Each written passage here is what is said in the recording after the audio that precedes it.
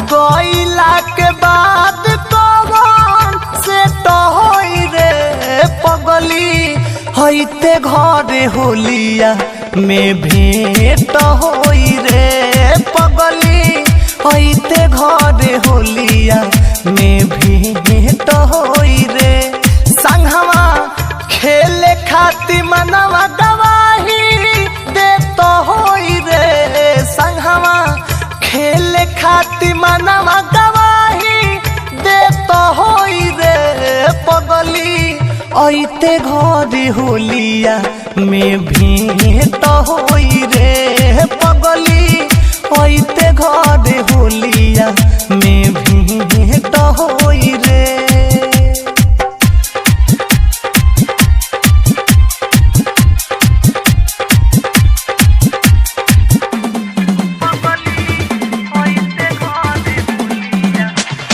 DJ Shubham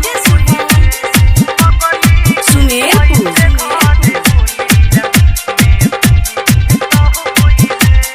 हाँ हर साल डलले रंगवा रहले कुमारे हे साल रंगइबे अपना सैया के दुआरे।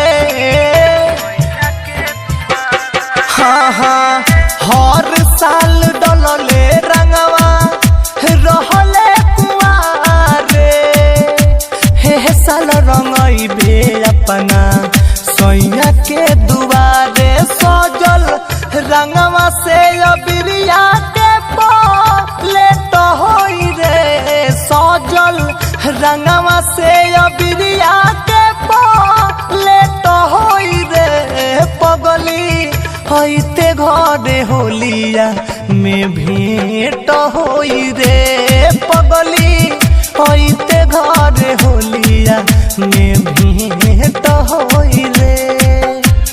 Smart recording studio Mairwa.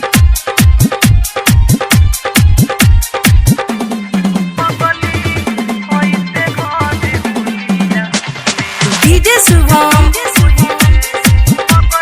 Sumerpur.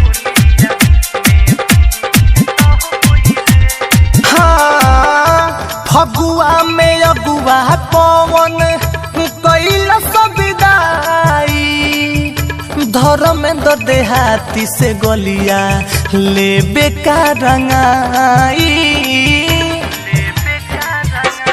हाँ हाँ फगुआ में अगुआ पवन कैल सविदाई धर्मेंद्र देहाती से गलिया लेबे का रंगाई। सुनो पर कास से नायबा बेटा होई रे सुनो कमल कांत से नायबा बेटा होई रे पगली हईते घरे होलिया में भेंट होई रे पगली